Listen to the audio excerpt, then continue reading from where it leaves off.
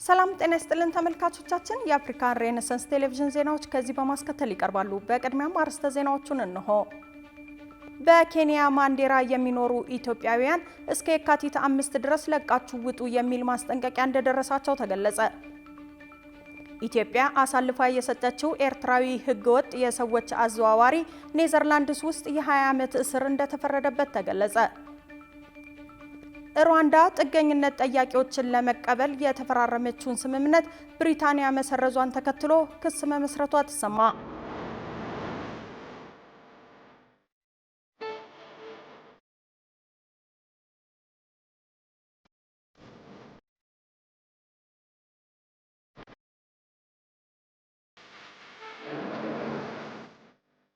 ተመልካቾቻችን በያላችሁበት የዓለም ጥግ ሰላምታችን ይድረስ። ይህ የአፍሪካ ሬኔሳንስ ቴሌቪዥን የዜና ሰዓት ነው። የተመራረጡ ዜናዎቻችንን ወደ እናንተ እናደርሳለን። አብራችሁን እንድትሆኑ የምጋብዛችሁ ሜሮን አለልኝ ነኝ።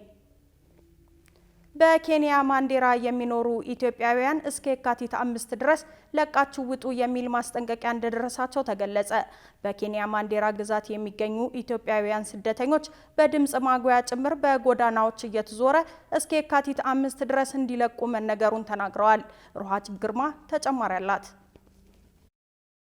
በሰሜን ምስራቅ ኬንያ ማንዴራ ግዛት ውስጥ የሚኖሩ ኢትዮጵያውያን ስደተኞች እስከ የካቲት 5 ድረስ አካባቢውን በአስቸኳይ ለቀው እንዲወጡ ማስጠንቀቂያ እንደተሰጣቸው ተገልጿል። ኢትዮጵያውያን ስደተኞች በኬንያ ለዓመታት በተለያዩ ስራዎች ኑሯቸውን እየገፉ እንደሚገኙና ማስጠንቀቂያ መሰጠቱን ተከትሎም ቆንጨራና ቢላዋ በመያዝ ዛቻና ማስፈራሪያ እየተፈጸመባቸው እንደሚገኝ ስደተኞቹ መግለጻቸውን ዶቼ ቬለ ዘግቧል። ማስፈራሪያውን ተከትሎም ስደተኞቹ ሳይወጡ ቤታቸውን ዘግተው መቀመጣቸውን ገልጸው ውሳኔው ከሀገር ሽማግሌዎች የተሰጠ እንደሆነ እንደተነገራቸውም አንስተዋል። በቆንጮሮ ይዞ ነው በቆንጮሮ በብላ አሁን ቀንም ትላንትና ከትላንት ወዲያ ጀምሮ አሁን እያስፈራሩ ነው። እናንተ እናስወጣለን ትወጣላችሁ ከዚህ ብሎ ዛሬም ያው ፈርተን በር ዘግተን ምንም አልሰራንም። ቤት ውስጥ ዘግተነዋል ነው። ይሄ አሁን የመጣ ያለው 2ኛ ወር ውጡ ቀን 5 እንገላለን እናጠፋለን ምናምን ብሎ በጣም ዛቻ ያደረጉ ብዙ የሚሄዱት ሄዱ። እዚህ አሁን እኔ እዚህ ጋር ባልዳር ነኝ፣ ልጆች አሉ፣ ኑሮ መስርቼ ነው እዚህ የምኖረውና እንደዚህ አይነት ብዙ ሰዎች አሉ። በኬንያ የኢትዮጵያ ኮሚኒቲ አባል አቶ ታምራት ዳሪዮ ጉዳዩ ወደ እነርሱ መምጣቱን በማንሳት ባጠሩበት ወቅት ውጡ ተብሎ እንደተነገራቸውና በፍርሃት ቤት ውስጥ መቀመጣቸውን እንዲሁም ከቀኑ ማብቃት በኋላ እርምጃ እንወስዳለን መባሉን ማወቅ እንደቻሉ ለዶቼ ቬለ ገልጸዋል። ጉዳዩ ወደኛ መጥቶ ነበረ።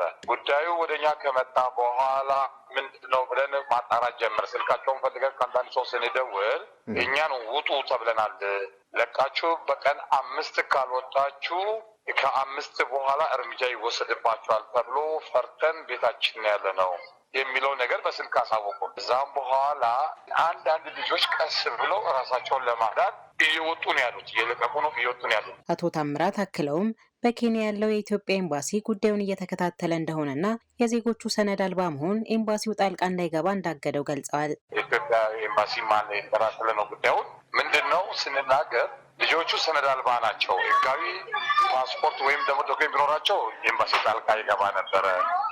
ልጆቹ ደግሞ የታሰሩ ቢሆን ኖሮ ጣልቃ ይገባ ነበር። ግን አሁን እኛ ኢትዮጵያና ኬንያ ጥሩ ግንኙነት ስላለን በሰላማዊ መንገድ ለቆ ይውጡ ነው ያሉት። ምክንያቱም በባህላችን፣ በካልቸራችን፣ በኢኮኖሚያችን በአንዳንድ ነገር ላይ ተጽዕኖ ፈጥረዋል። የሆነ ያልፈለጉት ነገር አለ። የማንዴራ የጎሳ መሪዎች ኢትዮጵያውያን በመብዛታቸው ሀገራችንን እየወረሱ ነው፣ ሃይማኖትም እያስፋፉ ነው፣ እንደዚሁም ምግብ ቤትና ሻይ ቤቶችን በመክፈት የነዋሪውን ገበያ ዘግተዋል በሚል ውሳኔውን የወሰኑ እንደሆነ እንደተነገራቸው ስደተኞች ገልጸዋል። በርካታ ኢትዮጵያውያን በማንዴራ ግዛት በተለያዩ ስፍራዎች ላይ ተሰማርተው እንደሚኖሩና የኢትዮጵያውያን ቁጥር በ10 ሺህ እንደሚገመት ተገልጿል። ኢትዮጵያ አሳልፋ የሰጠችው ኤርትራዊ ህገወጥ የሰዎች አዘዋዋሪ ኔዘርላንድስ ውስጥ የ20 ዓመት እስር እንደተፈረደበት ተገለጸ። የ42 ዓመቱ ተከሳሽ ከ20 ዓመት እስራት በተጨማሪ ለተጎጂዎች ከ30,000 ዩሮ በላይ ካሳ እንዲከፍል ፍርድ እንደተላለፈበት ተነግሯል። ሷሊ መሐመድ ተጨማሪ አለው። ኢትዮጵያ ከ3 ዓመታት በፊት ለኔዘርላንድስ አሳልፋ የሰጠችው ተወልደ ጎይተም የተባለው ኤርትራዊ ህገወጥ የሰዎች አዘዋዋሪ በሀገሪቱ ፍርድ ቤት ከፍተኛ የሆነው የ20 ዓመት እስራት ተፈርዶበታል። ጉዳዩን የተመለከተው የኔዘርላንድስ ፍርድ ቤት ግለሰቡና ግብረአበሮቹ ስደተኞች ላይ ጨካኝ ኃይል የተሞላበትና ስብዕናን የሚያዋርድ ድርጊቶች ፈጽመዋል ብሏል። ተወልደ ከህገ ወጥ የሰዎች ዝውውር ጋር በተያያዘ ሲፈረድበት ይህ የመጀመሪያ አይደለም የተባለ ሲሆን ኢትዮጵያ ውስጥ በቀረበበት ተያያዥ 5 ክሶች ጥፋተኛ ተብሎ የ18 ዓመት እስር ተፈርዶበት እንደነበር ተነግሯል። ጥቅምት 2015 ዓመተ ምህረት ደግሞ ለኔዘርላንድስ ተላልፎ ተሰጥቷል። ፍርድ ቤቱ አማኑኤል ዋሊድ በሚል መጠሪያም የሚታወቀው የ42 ዓመቱ ተወልደ ጎይተም ላይ የፍርድ ውሳኔውን ያስተላለፈው ትናንት ማክሰኞ ጥር 19 ቀን 2018 ዓመተ ምህረት ሲሆን ፍርድ ቤቱ የጥፋተኝነት ውሳኔውን ያስተላለፈው ግለሰቡ ሜዲትራኒያን ባህርን አቋርጠው ወደ አውሮፓ ለመግባት የሚጥሩ ስደተኞችን የሚያሰቃይና በኔዘርላንድስ ከሚገኙ ቤተሰቦቻቸው ገንዘብ የሚቀበል የወንጀል ድርጅት ሲመራ እንደነበር በመረጋገጡ ነው ተብሏል። በተጨማሪም ተወልደ በተለያዩ ወንጀሎች የተከሰሰ ሲሆን የሰው ዝውውር፣ ዝርፊያ፣ ጥቃትና የገንዘብ ዝውውርን ጨምሮ በተለያዩ ወንጀሎች ላይ ሲሳተፍ እንደቆየ ተነግሯል። ተወልደ ኔዘርላንድ ውስጥ በነበረው የፍርድ ሂደት ላይ ምስክሮች የጠቀሱት አደገኛው የሰዎች ዝውውር መረብ መሪ እርሱ እንዳልሆነ በመግለጽ ተከራክሮ እንደነበር ተገልጿል። ይህ የወንጀል መረብ ቡድን ስደተኞችን ከሊቢያ ወደ አውሮፓ ከዚያም ጥገኝነት ወደሚጠይቁበት ኔዘርላንድ ሲያጓጉዝ የነበረ ነው ተብሏል። ጉዳዩን የተመለከተው ፍርድ ቤት ግን የተከሳሾቹን መከላከያ ውድቅ አድርጎ ግለሰቡ በሚመራው መረብ የተጠለፉ ስደተኞችን ሊቢያ በሚገኙ ካምፖች ውስጥ ታስረው መቆየታቸውን እንዲሁም ለቤተሰቦቻቸው ደውለው ገንዘብ እንዲያስልኩ መገደዳቸው ፍርድ ቤቱ ገልጿል። ወደ አውሮፓ መተላለፊያው ገንዘብ ሲከፈል ብቻ ነበር ስደተኛው ከካምፑ እንዲወጣና ጉዞውን እንዲቀጥል የሚፈቀድለት ሲልም አስረድቷል። በአንድ በኩል የኔዘርላንድስና የአውሮፓን የኢሚግሬሽን ፖሊሲ በከፍተኛ ሁኔታ በመጣሱ፣ በሌላ በኩል ደግሞ በተለይ አንተና ግብረ አበሮችህ በስደተኞች ላይ በፈጸማችሁት ጭካኔ የተሞላበትና አዋራጅ ድርጊት ሲሉ ጉዳዩን ከባድ ያደረጉትን ምክንያቶች ጠቅሰዋል። በእነዚህ ድርጊቶች ጥፋተኛ የተባለው ተወልደ ጎይተም ከ20 ዓመት እስራት በተጨማሪ ለተጎጂዎች ከ30,000 ዩሮ በላይ ካሳ እንዲከፍል ታዟል ተብሏል። የጥፋተኝነት ውሳኔውን ይግባኝ ለማለት 2 ሳምንታት እንዳሉትም ነው የተነገረው። የዓለም አቀፍ የወንጀለኞች ፍርድ ቤት በኤክስ ገጹ ባሰፈረው መልእክት በተሰጠው ውሳኔ መደሰቱን ገልጿል። የስደተኞች መብት ተሟጋች የሆነ 3 ቡድኖች በጋራ ባወጡት መግለጫ የፍርድ ውሳኔውን እንደሚቀበሉት አስታውቀዋል።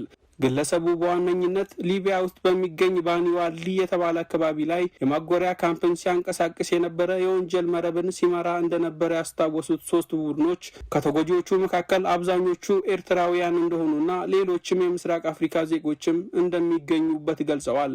የተወልደ ፍርድ ሂደት እስካሁን ድረስ ውሳኔ ሳያገኝ የቆየው ግብረ አበሩ እንደሆነ የተገለጸው ኪዳነ ዘካሪያስ ሀብተ ማርያም በተባለው ሌላኛው ተከሳሽ ምክንያት ነው ሲል ሮይተርስ አስነብቧል። ኪዳነ ዘካሪያስ ሀብተ ማርያም ኢትዮጵያ ውስጥ የፍርድ ሂደቱ እየታየ ሳለ አምልጦ ከሀገር ወጥቶ ነበር ብሏል።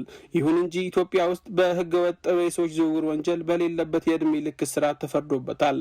የዓለማችን እጅግ ተፈላጊ የሰዎች አዘዋዋሪ ተብሎ የሚጠራው ኪዳነ ባለፈው ታህሳስ ላይ ከተባበሩት አረብ ኤሚሬቶች ለኔዘርላንድስ ተላልፎ ተሰጥቷል። በቅርብ ጊዜ ውስጥም በኔዘርላንድስ ፍርድ ቤት የፍርድ ሂደቱ ይጀምራል ተብሎ ይጠበቃል። ሩዋንዳ ጥገኝነት ጠያቂዎችን ለመቀበል የተፈራረመችውን ስምምነት ብሪታንያ መሰረዟን ተከትሎ ክስ መመስረቷ ተሰማ። በሌላ ዜና የሚኒሶታ ኮንግረስ አባል ኢልሃን ኦማር ንግግር በማድረግ ላይ ሳለች ምንነቱ በማይታወቅ ፈሳሽ ጥቃት እንደደረሰባት ተዘግቧል። የውጭ ትንታኔና ዓለም አቀፍ ጉዳዮች ዘጋቢያችን ቃል ኪዳን ይጥና ጉዳዮቹን እንዲህ በዝርዝር ተመልክቷቸዋል። Now let's get you some analysis on what the UK and Rwanda's agreement represent and why does a new British policy deport refugees to a third country?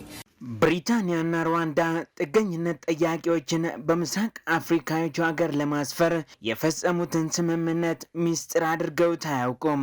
ብሪታንያ በቀድሞ ጠቅላይ ሚኒስትሯ ቦሪስ ጆንሰን አማካኝነት ስደተኞችን ወደ ሩዋንዳ ለመላክ የሚያስችል የ126 ሚሊዮን ዩሮ ስምምነት ብታደርግም ተግባራዊነቱ ግን በአውሮፓ ፍርድ ቤት ጣልቃ ገብነት ታግዶ ቆይቶ ነበር። በርካታ የስደተኞችና የመብት ተከራካሪ ድርጅቶችም ስምምነቱን መቃወም ብቻ ሳይሆን በብሪታንያ መንግስት ላይ ስደተኞችን ወደ ሌላ ሶስተኛ ሀገር በመላክና የዓለም አቀፍ የሰብአዊ መብት ህጎችንና የስደተኞችን መብት ድንጋጌዎችን በመጣስ ክስ አቅርበው ሲከራከሩ ከቆዩ በኋላ የወቅቱ የብሪታንያ ጠቅላይ ሚኒስትር ኬር ስታመር ወደ ስልጣን በመጡበት የአውሮፓውያኑ 2024 ስምምነቱን ያቋረጡት ሲሆን የአገሪቱ የውስጥ ጉዳይ ሚኒስትርም ወደፊት ለሩዋንዳ እንዲከፈል ተይዞ የነበረው 220 ሚሊዮን ፓውንድ እንደማይከፈል ገልጸዋል። ገልጾ ነበር። ጥገኝነት ጠያቂዎቹን ተቀብላ ለማስተናገድ ከብሪታንያ መንግስት ጋር የገባቸው ስምምነት የተሰረዘባት ሩዋንዳ ግን በውሉ መሰረት ሊከፈለኝ ይገባ ነበር ያለችው ገንዘብ እንዲፈጸምላት በፍርድ ቤት አቤቱታ ማቅረቧ ተሰምቷል።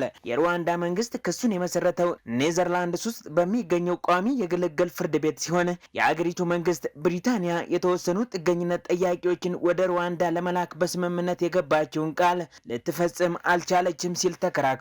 ቀደም ሲል በጠቅላይ ሚኒስትር ቦሪስ ጆንሰንም ሆነ በኋላ በመጡት ሪሺ ሱናክ የስልጣን ዘመን የነበረው ወግ አጥባቂ መንግስት በተፈራረመው ስምምነት ላይ ብሪታንያ ሩዋንዳ ለምትቀበላቸው ጥገኝነት ጠያቂዎች ማስተናገጃ እንዲሆን የአገሪቱን ኢኮኖሚ ለመደገፍ የሚውል ገንዘብ ለመክፈል ተስማምታ የነበር ሲሆን የወቅቱ ወግ አጥባቂ መንግስት ይህንን የሩዋንዳ ፖሊሲ ለማስፈጸም 700 ሚሊዮን ገደማ ፓውንድ ወጪ ከማድረጉም ባለፈ ከዚህ ገንዘብ ውስጥ 290 ሚሊዮን ፓውንድ ያህሉ ለሩዋንዳ መከፈል የነበረበት ነበር። ገና ከጅምሩ የሀገራቱ ስምምነት በአነስተኛ ጀልባ ወደ ብሪታንያ ለመግባት የሚሞክሩ ስደተኞችን ለማገድ ያለመ የነበር ቢሆንም ስምምነቱ ተግባራዊ መሆን ከጀመረ በኋላ ግን ወደ ሩዋንዳ ፈቃደኛ ሆነው የተመለሱት 4 ሰዎች ብቻ መሆናቸው ነው ሀቁ። Secretary Kristi Noem must resign or face impeachment.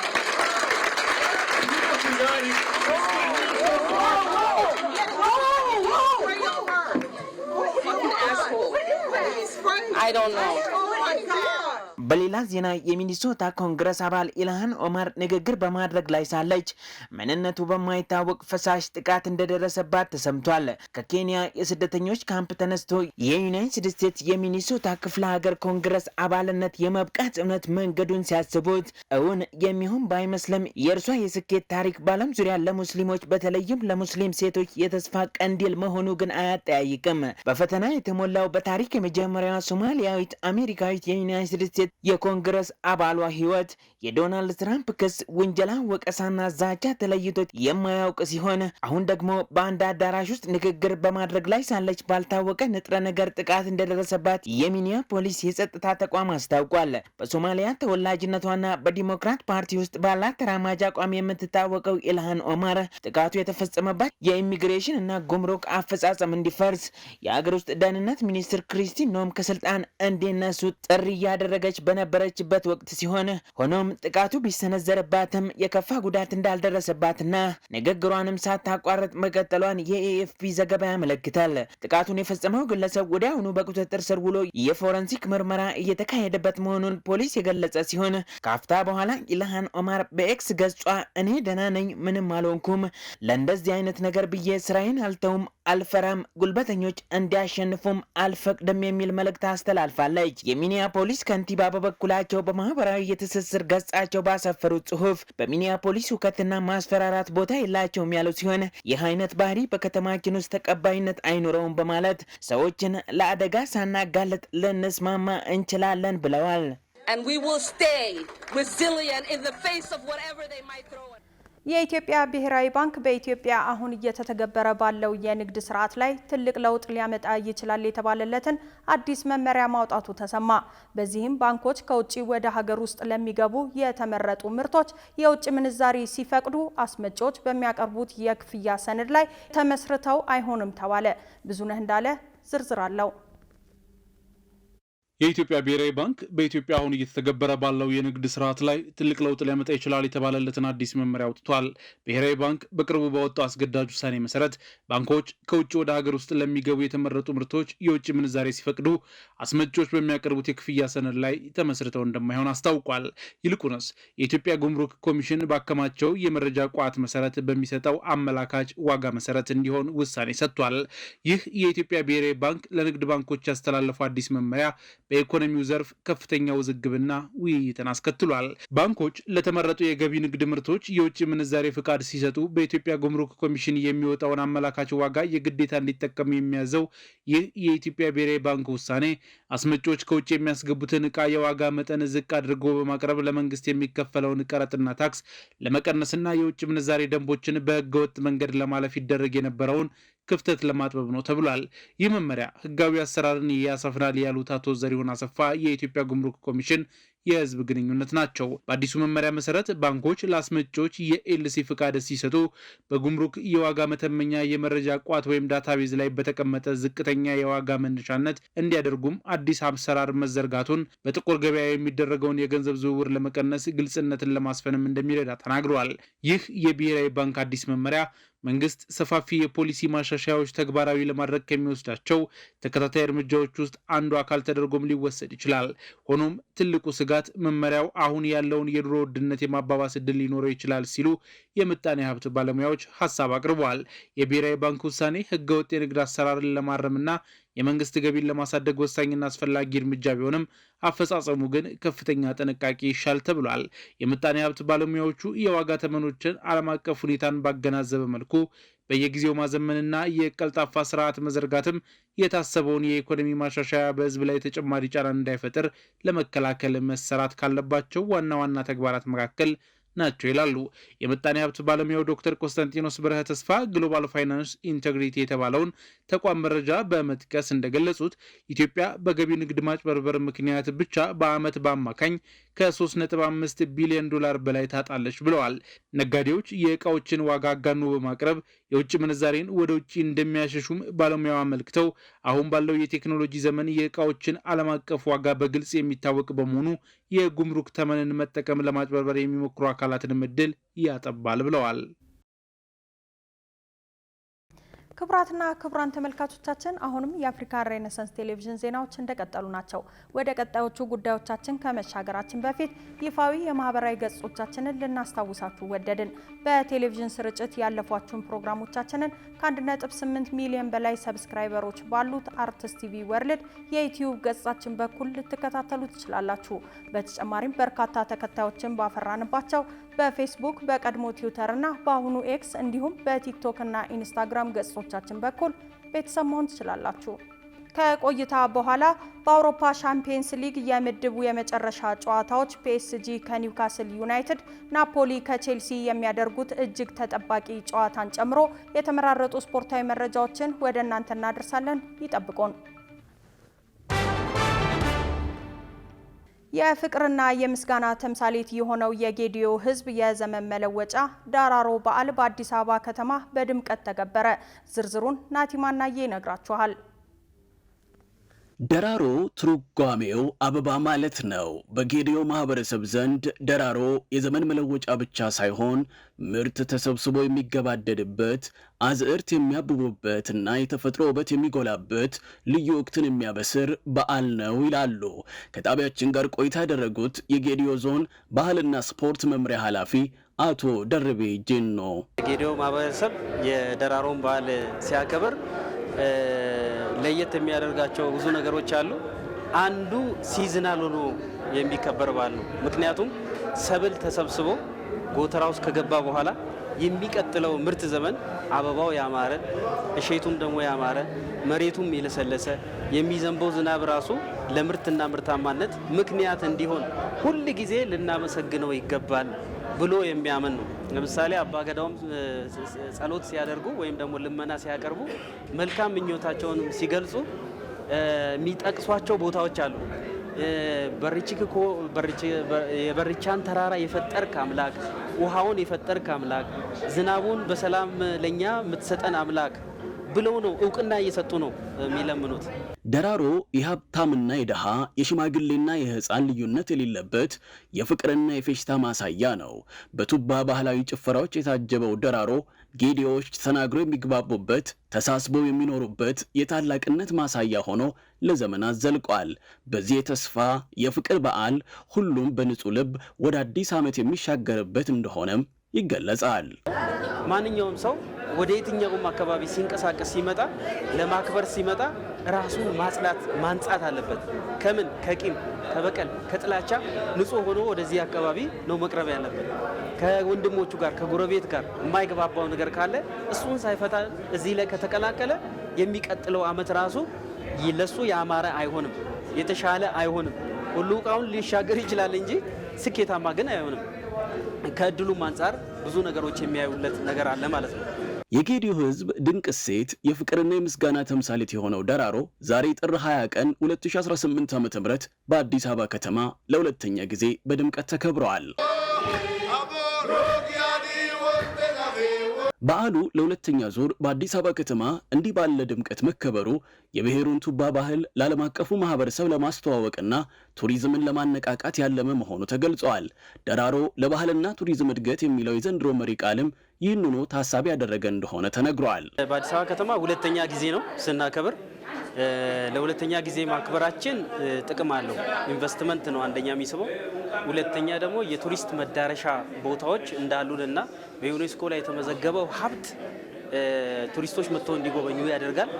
አገልግሎት ሰጪ ተቋማት እንዲገነቡ ያደርጋል። ይህንን ማሳደግ፣ ማጎልበት፣ ማብቃት የሚገባን እንደሆነ ታሳቢ የሚያደርግ ነው። በአዲስ አበባ የተጀመረው ይህ በዓል የፊታችን ጥር 30 2018 ዓ.ም ወደ ጌዲዮ ዞን ዋና ከተማ ዲላ ያመራል። በዲላ ሁለገብ ስቴዲየም በሚከናወነው መርሃ ግብርም የህዝብ ለህዝብ ትስስርን የሚያጠናክሩ ባህላዊ ክንዋኔዎች፣ የኪነ ጥበብ ዝግጅቶችና የብሔሩን ማንነት የሚገልጹ ልዩ ልዩ ትርኢቶች እንደሚቀርበው አዘጋጆቹ አስታውቀዋል። የዘንድሮ በዓል በልዩ ሁኔታም በሰሜን አሜሪካ፣ በጀርመን፣ በዩናይትድ አረብ ኤሚሬት በያዝነው ሳምንት መጨረሻ ቀናት ይከበራልም ተብሏል። የደራሮ በዓልን በተባበሩት መንግስታት የትምህርት የሳይንስና የባህል ድርጅት ዩኔስኮ የማይዳሰስ ቅርስ ሆኖ እንዲመዘገብ አስፈላጊው የመረጃ ማደራጀት ተግባር እየተከናወነ እንደሚገኝም ተነግሯል። ክቡራን ተመልካቾቻችን አሁን አርሰናልና ባየር ሙኒክ ቀድመው ወደ ቀጣዩ ዙር ማለፋቸውን ባረጋገጡበት የአውሮፓ ሻምፒየንስ ሊግ የምድብ የመጨረሻ መርሃ ግብሮች ፒኤስጂ ከኒውካስል ዩናይትድ የሚገናኙበትን ጨዋታ ጨምሮ የተመራረጡ ስፖርታዊ መረጃዎችን ወደ እናንተ የምናደርስበት ሰዓት ላይ ደርሰናል። ስፖርታዊ መረጃዎቹ በባልደረባችን ጌታውን አበበ ወደ እናንተ ይደርሳሉ። ከመረጃዎቹ ጋር መልካም ቆይታ። ከአፍሪካ ሬኔሳንስ ቴሌቪዥን የሰዓቱን ስፖርታዊ መረጃዎች ይዘን መጥተናል። መረጃዎቻችንን ከሀገር ውስጥ እንጀምራለን። የ2018 የኢትዮጵያ ዩኒቨርሲቲ ተማሪዎች ፌስቲቫል በጅማ ዩኒቨርሲቲ አዘጋጅነት በደማቅ ዝግጅት እየተካሄደ አራተኛ ቀኑን አስቆጥረዋል። በመርሃ ግብሩ የተለያዩ የማጣሪያ ውድድሮች እየተከናወኑ ሲሆን በእግር ኳስ የውድድሩን አዘጋጅ ጅማ ዩኒቨርሲቲ ከአዲስ አበባ ዩኒቨርሲቲ ያገናኘው ወሳኝ ጨዋታ ያለ ግብ በአቻ ውጤት ተጠናቋል። በሌሎች ትላንት በተካሄዱ ጨዋታዎች በወንዶች እግር ኳስ ጨዋታ አዲግራት ዩኒቨርሲቲ ሰመራ ዩኒቨርሲቲን 1-0 ሲያሸንፍ፣ ሐዋሳ ዩኒቨርሲቲ ምዳወላቡ ዩኒቨርሲቲን 3-0፣ ሰላሌ ዩኒቨርሲቲ ከራያ ዩኒቨርሲቲ 0-0፣ መቱ ዩኒቨርሲቲ ባህር ዳር ዩኒቨርሲቲን 2-0፣ አዲስ አበባ ሳይንስና ቴክኖሎጂ ኮተቤን 3-1 እንዲሁም ጅማ ዩኒቨርሲቲ ከአዲስ አበባ ዩኒቨርሲቲ 0-0 ተለያይተዋል። በተመሳሳይ በሴቶች እግር ኳስ ጨዋታ ጅማ ዩኒቨርሲቲ ሰመራ ዩኒቨርሲቲን 1-0 ሲያሸንፍ፣ አዲስ አበባ ሳይንስና ቴክኖሎጂ ከድላ ዩኒቨርሲቲ 0-0፣ ሐዋሳ ዩኒቨርሲቲ አምቦ ዩኒቨርሲቲን 2-0፣ አዳማ ሳይንስና ቴክኖሎጂ ከደብረ ብርሃን 1-1 ሲለያዩ፣ አዲስ አበባ ዩኒቨርሲቲ አሶሳ ዩኒቨርሲቲን 4-2 አሸንፏል። በወንዶች መረብ ኳስ ውድድር ወለጋ ዩኒቨርሲቲ፣ ዋቻሞ፣ አዲስ አበባ፣ ወላይታ፣ ደብረ ብርሃን፣ ሜዳወላቡ፣ መቱና አምቦ ዩኒቨርሲቲ ተጋጣሚዎቻቸውን ረትተዋል። በተመሳሳይ በሴቶች መረብ ኳስ ውድድር ቦረና ዩኒቨርሲቲ፣ አዲስ አበባ ዩኒቨርሲቲና ቦንጋ ዩኒቨርሲቲ ተጋጣሚዎቻቸውን ማሸነፍ ችለዋል። በወርልድ ቴኳንዶ ውድድር በሴቶች በተለያዩ ክብደቶች ጅማና አርሲ ዩኒቨርሲቲ የወርቅ ሜዳሊያ ያሸነፉ ሲሆን በወንዶች ደግሞ ሀረማያና ዋቻሞ ዩኒቨርሲቲ የወርቅ ሜዳሊያ አግኝተዋል። በስፖርታዊ ጨዋነት ከተለያዩ አካባቢዎች የመጡ ተሳታፊዎችን እያስተናገደ የሚገኘው ውድድሩ በደማቅ ዝግጅቶቹ መካሄዱን ቀጥሏል።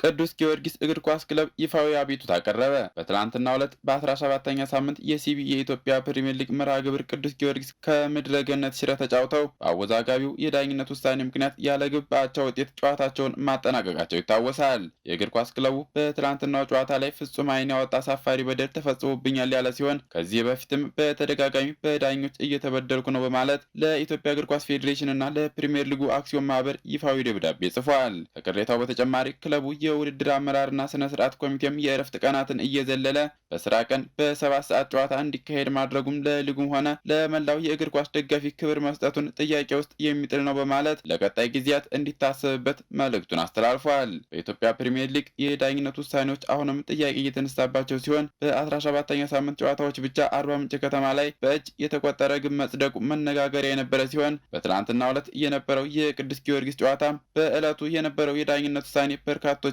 ማስቆጣቱ ተገልጿል።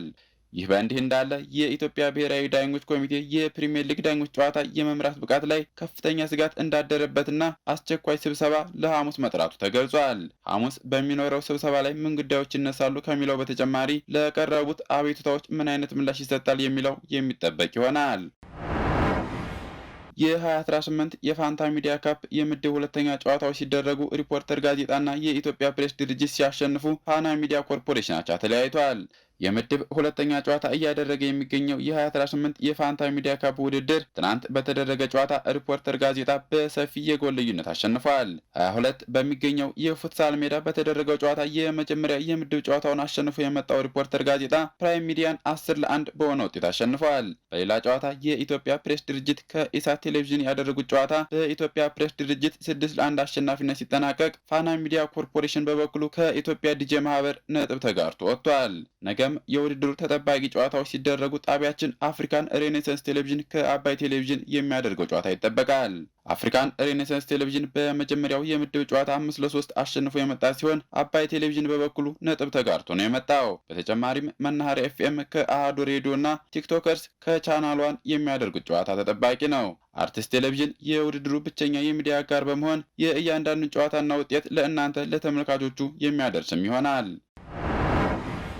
በአዲሱ የውድድር ቅርጽ ለሁለተኛ ዓመት እየተካሄደ የሚገኘው የ2025-26 የአውሮፓ ሻምፒዮንስ ሊግ ዛሬ ምሽት የሚደረጉ 18 ተጠባቂ ፍልሚያዎችን በተለያዩ የአውሮፓ ስታዲየሞች ያስተናግዳል። አርሰናልና ባየር ሙኒክ ቀድመው ወደ ቀጣዩ ዙር ማለፋቸውን ባረጋገጡበት የአውሮፓ ሻምፒዮንስ ሊግ የምድብ የመጨረሻ መርሃ ግብሮች ይከናወናሉ። ካይራት፣ ስላቪያ ፕራግ፣ ቪያሪያል እና አይንትራክ ፍራንክፈርት ከውድድሩ የተሰናበቱ ሲሆን ቀሪ 30 ቡድኖች ወደ 16ቱ ለማለፍ ዛሬ ምሽት የመጨረሻ ተጋድሏቸውን ያደርጋሉ። ከአንደኛ እስከ 8ኛ ደረጃን ይዘው የሚያጠናቅቁት በቀጥታ ጥሎ ማለፉን የሚቀላቀሉ ሲሆን ከ9ኛ እስከ 24ኛ ደረጃን የሚያገኙት ደግሞ እርስ በርስ የጥሎ ማለፍ ጨዋታ 16ቱን ለመቀላቀል ይጫወታሉ።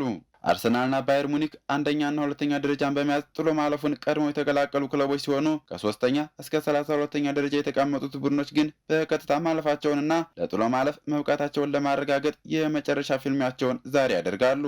ሁሉም የሻምፒዮንስ ሊግ የመጨረሻ ጨዋታዎች ዛሬ ምሽት በተመሳሳይ 5 ሰዓት ላይ የሚደረጉ ሲሆን 7ቱን የምድብ ጨዋታዎች ያሸነፈው አርሰናል ምንም ጨዋታ ማሸነፍ ያልቻለውን የካዛኪስታኑ ካይራትን በኤሚሬትስ ስታዲየም ያስተናግዳል። የሰሜን ለንደኑ ክለብ አርሰናል በሜዳው ካይራትን ማሸነፍ ከቻለ በአዲሱ የጨዋታ ቅርጽ ሁሉንም ጨዋታዎች ያሸነፈ የመጀመሪያው ክለብ ይሆናል። በምሽቱ ጨዋታ ፒኤስጂ ከኒውካስትል ዩናይትድ የሚገናኙበት ጨዋታ ትልቅ ግምት ያገኘ ሲሆን በተለይ ሁለቱ ክለቦች በእኩል 13 ነጥብ 6ኛ እና 7ኛ ደረጃ ላይ መቀመጣቸው ጨዋታውን እንዲጠበቅ አድርጎታል። የባለፈው ዓመት የመድረኩ ሻምፒዮን ፒኤስጂ 15ኛ ሆኖ ቢያጠናቀቅም ነገር ግን በታሪኩ ለመጀመሪያ ጊዜ ሻምፒዮን መሆኑ የሚታወስ ሲሆን ዛሬም በፓርክ ዴ ፕሬንስ የሚያደርገው ጨዋታ ማሸነፍ ከቻለ በቀጥታ ማለፉን ያረጋግጣል። በሌሎች ጨዋታዎች ሪያል ማድሪድ ከቤኔፊካ፣ ናፖሊ ከቼልሲ፣ ሊቨርፑል ከካራባግ፣ ባየር ሙኒክ ከፒኤስቪ፣ ማንቸስተር ሲቲ ከጋላታሳራይ፣ ኢንተር ሚላን ከቦርሲያ ዶርትመንድ፣ ጁቬንቱስ ከሞናኮ፣ ባርሴሎና ከኮፐንሃገን እንዲሁም አይንትራ ፍራንክፈርት ከቶትናም ሆትስፐርስ የሚያደርጉት ጨዋታ ይጠበቃል። ውድ ተመልካቾቻችን የአፍሪካ ሬኔሳንስ ቴሌቪዥን የሰዓቱ ዜናዎች የተከታተላችሁትን ይመስሉ ነበር። ስለሰጣችሁን ጊዜ ከልብ እያመሰገንን ከዜናዎቹ ጋር ሜሮን ዋልልኝ ቆይታ አድርጊያለሁ። ከቀሪ የጣቢያችን ዝግጅቶች ጋር መልካም ጊዜን ተመኘው።